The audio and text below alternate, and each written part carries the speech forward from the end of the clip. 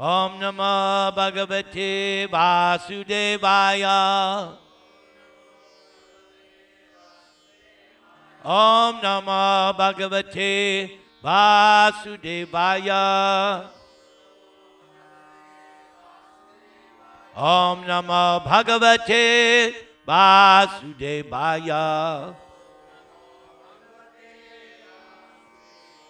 So this next section, part 2, is the 10 subject matters of Srimad Bhagavatam. If you have read Prabhupada's Gita, you learned that there were 5 subject matters: Ishvara, Jiva, Prakriti, Kala, Karma. The controller, God. The living entity, material nature, eternal time, and activities. 4 of them are eternal. 1 is not. Which one is not eternal? Karma. Time is eternal, but it is karma. And thank God it's not eternal.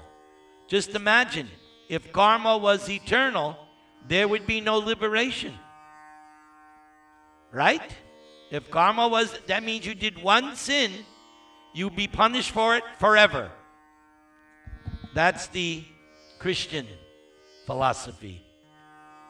You get a chance to accept God or not, and after that, if you don't, you go to hell forever.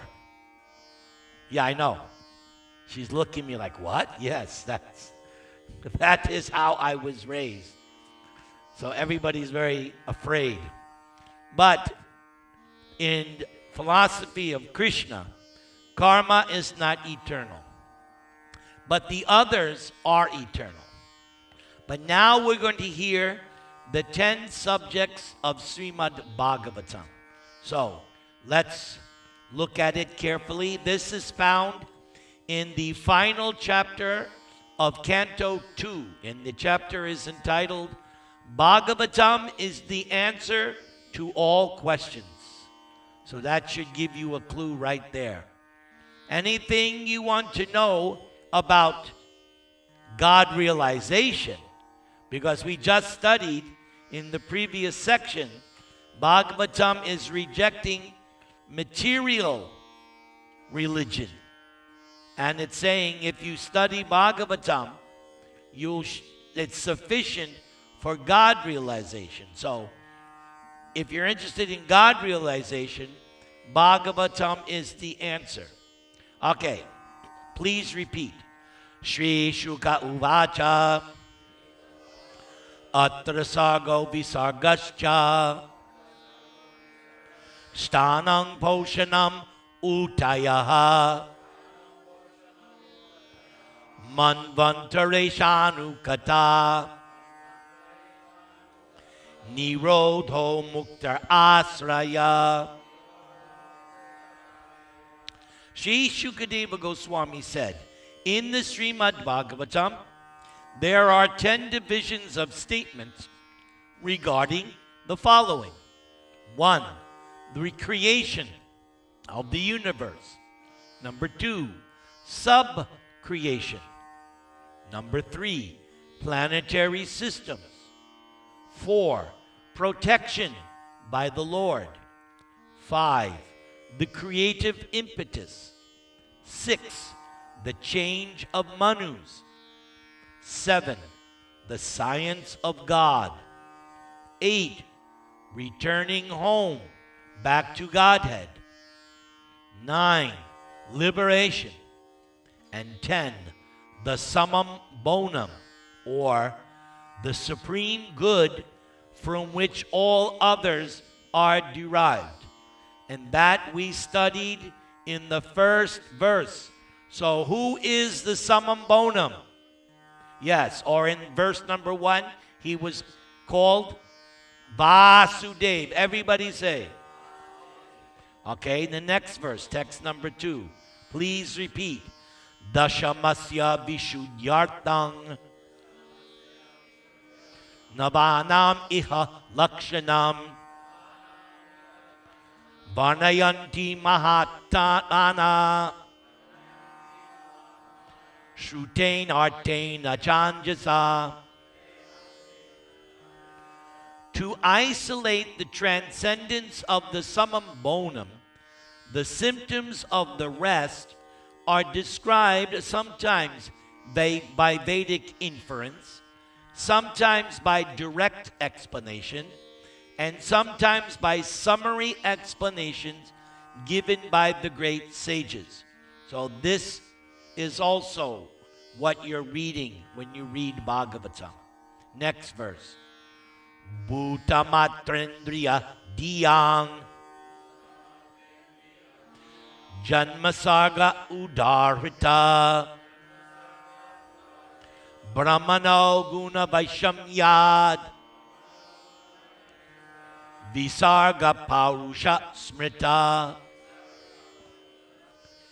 The elementary creation of 16 items of matter, namely the 5 elements, fire, water, land, air, and sky.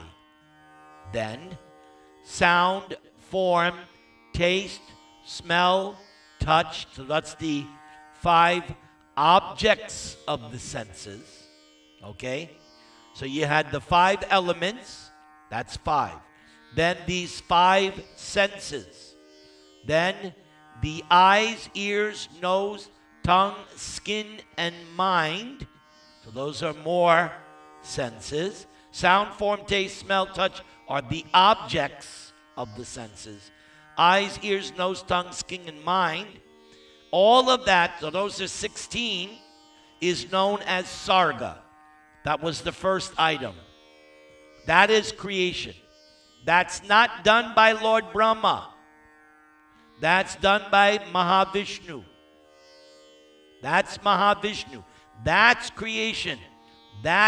So creation is done first by God. Without God, nothing happens. Whereas subsequent resultant interaction of the modes of material nature is called visarga. So that's the second item. All right? Visarga.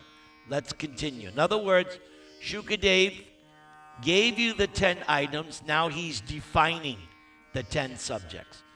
Please repeat. Stitir Vaikuntha Vijaya Poshanang Tad Anugraha Manvantarani Saddharma Uttaya Karma Vasana. The right situation for the living entities is to obey the laws of the Lord and thus be in perfect peace of mind under the protection of the Supreme Personality of Godhead. The Manus and their laws are meant to give the right direction in life. The impetus for activity is the desire for a fruitive work. Let's continue. Please repeat. Avataranucharitang Hareshchasyanuvartinam Pungsam Ishakata Prokta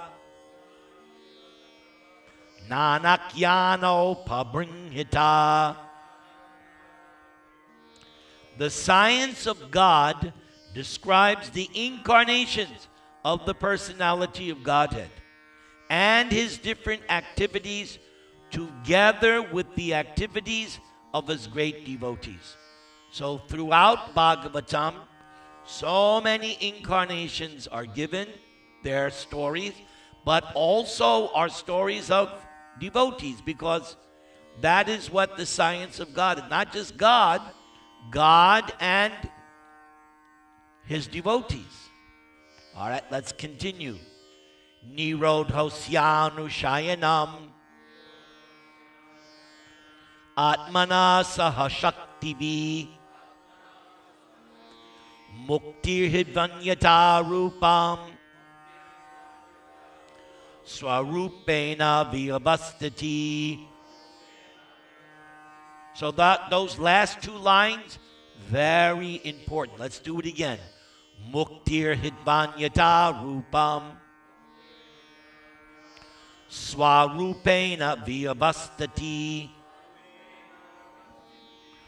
The merging of the living entity along with his or her conditional living tendency, in other words, subtle body, because if you don't go back to Godhead, you keep your subtle body, mind, intelligence, false ego, and all those desires, right? That stays with you if you don't go back to Godhead after the destruction of the universe. You got to go somewhere. You go where? No. Mahavishnu. Yes, you probably through Brahma, but eventually you enter into Mahavishnu. Then when do you come out? When he exhales. So you lie sleeping in Mahavishnu for millions of years, covered by your subtle body, because that's not been dissolved yet, because you didn't go back to Godhead. It says right here, the merging of the living entity along with its conditional living and tendency with the mystic lying down of Mahavishnu. There it is. See? Right here. Mahavishnu is called the winding up of the cosmic manifestation, because the material universe is created, maintained, but ultimately destroyed. And when it's destroyed, it goes back to those 16 elemental beginnings, okay? That all enters Mahavishnu. Now, this next one, liberation is the permanent situation of the form of the living entity after giving up the changeable gross and subtle material bodies. What does that mean? You went back to Godhead, but you had to give up gross and the subtle. You cannot go back to Godhead and keep your mind, intelligence, and false ego. That's why Lord Chaitanya says, Chaito Darpana, that has to be dissolved. That's what Kapila Dev says. Bhakti dissolves the subtle body. Just like ladies, when you do the laundry, like my wife, when she does the laundry, there are stains from turmeric and whatever I've eaten.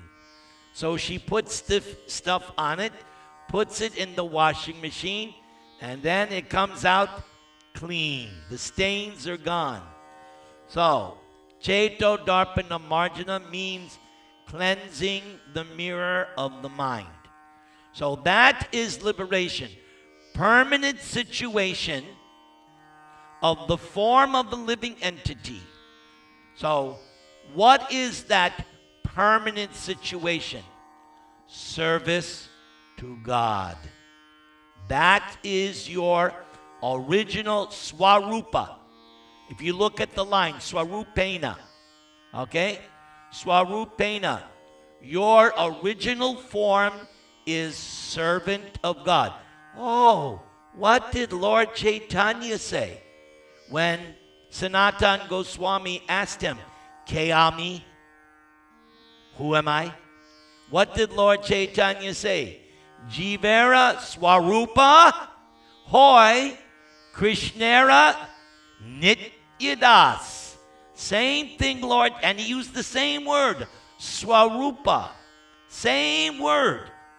So the original form of all of us, Nitya. We're always Krishna's servant. Whether we agree or not, doesn't take away from the fact that that's what we are.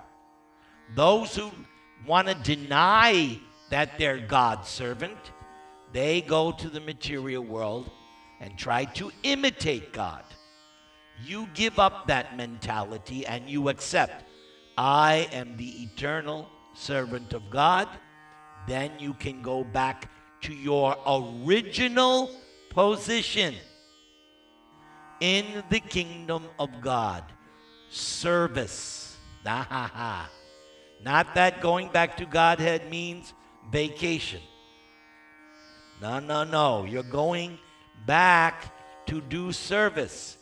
As you always hear me every year, Yashoda, we see in the Damodar Leela, what's Yashoda doing? Yeah, she's working, housework. And she's the mother of God. So you think you're going to be any better? Yes, I'm going to go back to Godhead and relax.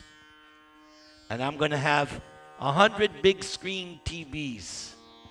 That's not going back to Godhead. Going back to Godhead means working. But that work will not be work. It will be what? Play. You will play with Krishna. It'll be, your Guru Maharaj quotes that verse from Brahma Samhita, Shriya Kan. Do you know that verse? So he always chants that. So where every step is what? A dance. Every word is a song. That's the spiritual world. It's not like what we experience here. Let's continue. Abhasascha nirodascha yatostyadya vasiyate sa ashraya parang brahma paramatmeti shabdyate. The Supreme One, who is celebrated as the Supreme Being or the Supreme Soul, is the supreme source of the cosmic manifestation. And in the first verse we study tonight, what's his name? Vasudeva. So he's this, or if this question is asked in chapter 15 of Bhagavad Gita, what is the Supreme Being called in chapter 15? Purush. Very good, Nijadam. Excellent. Purushottam. Very good. Is the supreme source of the cosmic manifestation. That's what we studied in the first verse. Everything comes from Vasudeva. Everything's maintained by Vasudeva. And in the end, we read it here. Everything enters what? Mahavishnu. So, that's the absolute truth. As well as its reservoir and winding up. Thus, he is the supreme fountainhead, the absolute truth. Please repeat. Yodyatmiko yang purusha so sab evadi daivaka yastatro bhaya vichcheda purusho hyadi bautika. The individual person possessing different instruments of senses is called the Adhyatmic person. And the individual controlling deity of the senses is called Adidaivik. In other words, all of our senses, there's a demigod controlling. And the embodiment seen on the eyeballs is called the Adibautic person. All right, please repeat. Ekam ekatara bhave yada no palabhamahe tritayang tatrayo veda sa atma svashraya shraya. All three of the above mentioned stages of different living entities are interdependent. In the absence of one, another is not understood. But the Supreme Being, who sees every one of them as the shelter of the shelter, is independent of all. Again, going back to the first verse we studied tonight, we read the Sanskrit word, swarat. Everybody say. So Vasudeva, the absolute truth, was defined by Vyasadeva as completely independent, which we are not. We are not completely independent. Here is the independent. He who is the shelter of the shelter. Here's another way to look at it. Everything within this universe is taking shelter of Garbhodakashayi Vishnu. But all the universes, all the Garbhodakashayi Vishnus, take shelter of Mahavishnu, who takes shelter of Sankarshan, Narayan. Goes back till we come to Krishna or Vasudeva.